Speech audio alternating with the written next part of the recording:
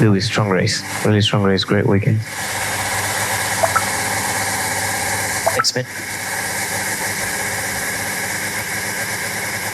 Can a single phrase change the course of a Formula One season? What if he also came from the internal radio of a 7-time world champion dressed in red? Today I reveal why Hamilton's filtered message in Austria changes everything for Ferrari, and perhaps for the history of this sport. But the days before the classification already gave signs that something did not fit. In free training, Lewis Hamilton was disconnected, almost resigned. His filtered phrase on Friday spoke on his own, "For some reason I have no rhythm, friend." It was not a specific technical complaint. It was a raw confession of impotence, of a pilot who has conquered the world of F1, but at that time he could not understand why his car did not respond to his talent. Such a message, said by a 7-time world champion, does not go unnoticed. Forums, specialized media and analysts began to wonder if Hamilton had made a mistake when leaving Mercedes.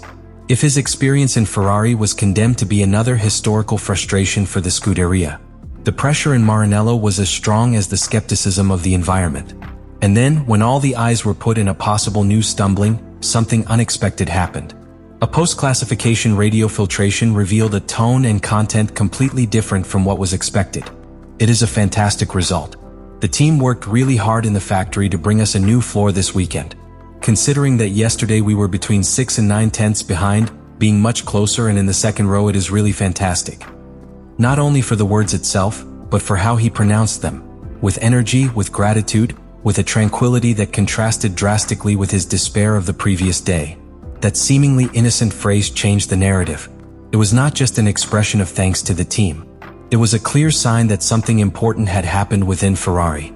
A transformation that is not limited to the car but points to something deeper. A change in internal culture, a reunion between pilot and team, a connection that seemed impossible in the first bars of the year. Suddenly, Hamilton's story in Ferrari was no longer that of a veteran in free fall. It was that of a champion who began to take control of his destiny within the most legendary team of motoring. This moment, sealed by a simple radial transmission, is actually a turning point. Not only in the Ferrari season, but in Hamilton's very legacy. Because in F1, as in life, the deepest changes do not always arrive with noise. Sometimes they arrive with a phrase said to the microphone when no one was supposed to listen. The transformation that Ferrari lived in the Austria Grand Prix was not a product of chance, or a sudden inspiration on the track. It was the result of a carefully orchestrated strategy from Maranello, which took shape in a component as technical as fundamental, the new SF-25 floor. This was not simply a cosmetic change. It was a total re-engineering of the aerodynamic heart of the car, the area that, in Formula One modern, defines 80% of the general performance of a car. The new floor introduced in Austria was the result of a job that began in April. It was not improvised or accelerated by the pressure of the results. It was an update that covered 4 critical areas of the flat background: the front fences, the body of the floor, the edges, and the diffuser. Each of these elements was redesigned from the base. The outermost fence, for example, changed its geometry in a staggered way to a curved structure, which completely altered the formation of air vortices and allowed a more efficient management of the flow to the tunnels of soil effect. The interior fences were also adjusted with millimeter precision to improve the distribution of aerodynamic pressure. These technical details may seem lower on paper, but on track, they are the difference between a car that vibrates and loses high-speed stability, and one that becomes an extension of the pilot's body. And that is where the second half of this change enters, the psychological component.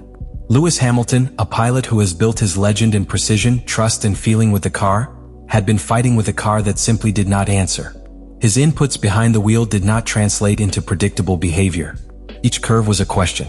But in Austria, for the first time since his arrival in Ferrari, he felt that the car began to speak its same language. That technical connection allowed something even more important, the rebirth of its trust. Because in Formula One, the difference between a frustrated pilot and an invincible pilot is not measured in tenths, but in sensations. When a pilot like Hamilton begins to feel that the car follows him instead of fighting him, his style is transformed. You can stop later to trace more aggressively, keep speed and curve without fear of unexpected survival. And above all, he can think strategically in the race instead of simply surviving return. The result was immediate, not only in terms of classification, but in Hamilton's body language. He walked more firmly on the paddock. His communication with engineers left tense tones behind. And his post-session analysis was precise, grateful and pro-positive. This change is not less. Ferrari, historically known for his internal emotional instability, needs a figure like Hamilton represents when he is comfortable. A leader. The technical team, meanwhile, also felt the impact. Because nothing strengthens a group of engineers more than to see how an evolution they planned for weeks translate directly into real competitiveness. For the first time in the season, Ferrari stopped looking like a team that reacted to the circumstances and began to be shown as a team that anticipates, which executes, that builds a path. And all that began with a flat background, yes, but it went much further. It was a change of mentality.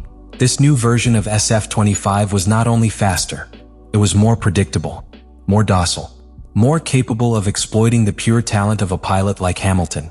And that, in a season where every millimeter counts, it can be the beginning of an unstoppable wave. Austria did not represent a victory for Ferrari. There was no podium or pictures to wave in front of the Tifosi. But what happened that weekend has a much deeper value than a trophy. It is the appearance of a signal, of a convergence between talent, machine and strategy that could rewrite the outcome of the 2025 championship. Not all inflection points in Formula One come with champagne. Some are gestated in silence, between bambolins in Maranello's workshop and in the mind of a pilot like Lewis Hamilton. Because what happened in the Red Bull ring was not isolated.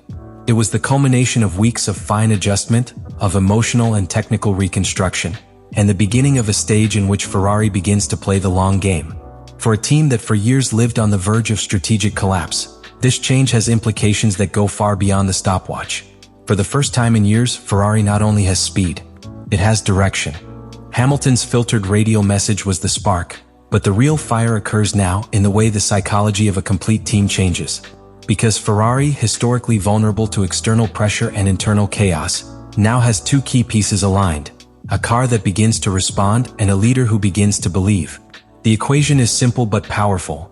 When the car ceases to be the problem, the pilot can dedicate himself to attack.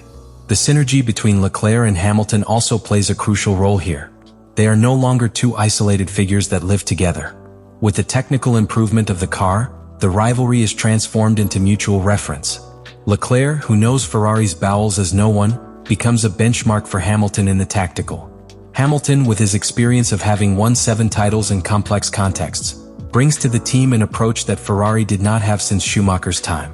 This turning point is not only in data or partial results. It is in the microdetails that are now taken with more conviction. In the messages between the wall and the car that no longer sound tense but strategic. In the way the team acts at the stops, how they distribute the resources in each weekend. Everything begins to smell of structure, a process, a team that finally understands what it means to be in championship mode. Formula One does not reward the speed, but the ability to keep it under pressure, to build on small progress without crumble when the difficulties arrive. Ferrari has spent too many years demonstrating that he had potential, but lacking the temper to turn it into championships. This 2025, with Hamilton behind the wheel and with updates that finally work, begins to show something else. A spirit of permanence, of construction. And although Austria was not time to raise his arms, it was time to look at the rest of the grill with another look. No longer like the team that runs to be third, but as the team that has regrouped, which has corrected its failures and is ready to enter the real battle. Not with words, with rhythm, consistently, intelligence. And now that we know the technical, emotional, and strategic background of what really happened in Austria, the big question is inevitable. Are we witnessing the Ferrari Renaissance or simply another temporary mirage that will disappear in the next calendar curve? Recent history has taught us to be skeptical with the Scuderia. We have seen flashes, isolated victories, promising beginnings. But we have also seen how all that collapses for poorly made decisions, updates that do not work, or a lack of clarity in the team's direction. But this time there is something different. This time we are not talking about euphoria or momentary triumphs, but of a deep reconstruction, from the flat background of the car to the psychology of the most successful pilot in history. Lewis Hamilton doesn't need to demonstrate anything, but it does need to meet again. And what we saw in Austria was the first visible step of a much more ambitious process, to demonstrate that it still has what you need to build something from scratch, which can take a fragile team and turn it into a war machine. You did it with Mercedes. Can you do it with Ferrari? That is the true story that begins to right here, and that you are seeing this. Do you think this radio message will mark the beginning of an era? How far can Ferrari go with a confident Hamilton, a technically revitalized car, and a team that finally seems to be aligned? Leave me your opinion below.